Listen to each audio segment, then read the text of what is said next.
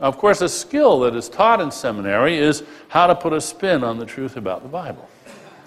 Now, there isn't a course called How to Put a Spin, needless to say.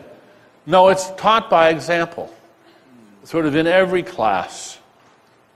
They learn from their professors about how clever ways of talking can glide you over these problems and provide you with things that you can say to the parishioners that are, if you squint just right and get the light just right, they're sort of the truth about what you know.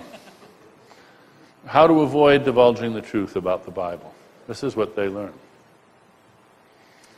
Well, at this point,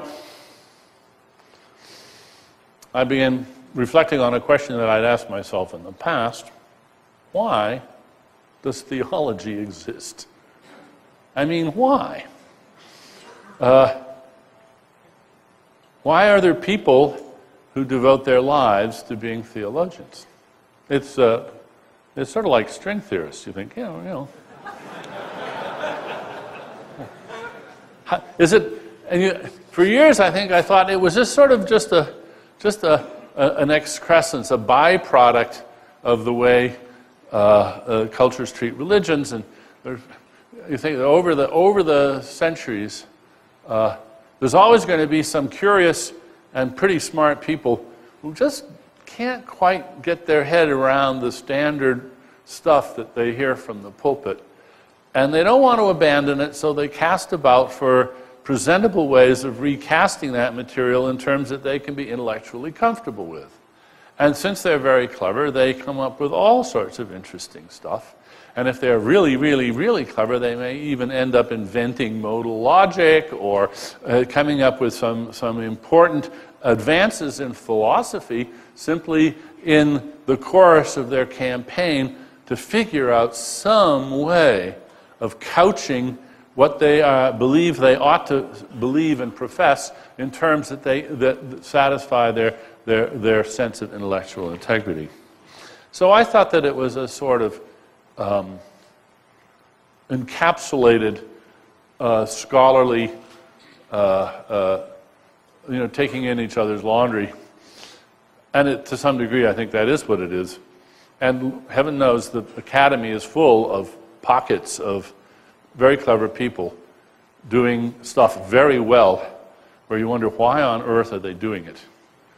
I like to quote Donald Hebb, one of my heroes, the great Canadian psychologist, who once said, if it's not worth doing, it's not worth doing well. You think about it, and you think what decimation this would do to academics if we applied it rigorously. There's a lot of people out there doing very well, very, very well, very professionally, things that probably aren't worth doing. And I thought that theology was one of those, but I've come to realize that it does actually have some users. There are some people who avail themselves of the work of the theologians. And who are they?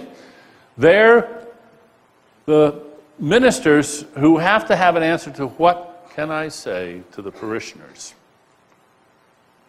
And so they're actually quite eager to read the latest theology, give them, and theology, of course, changes as times change because parishioners have different issues and problems and questions.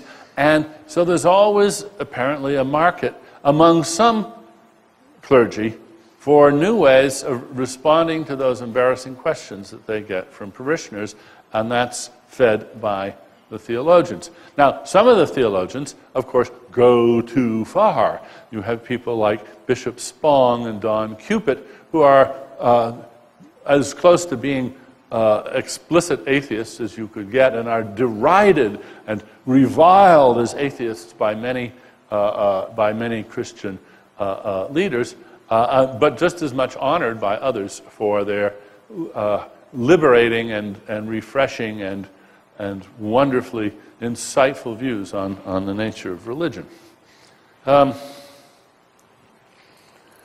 In other words, what I'm saying is that what theology is is a compilation of ways of not coming clean about the whole enterprise.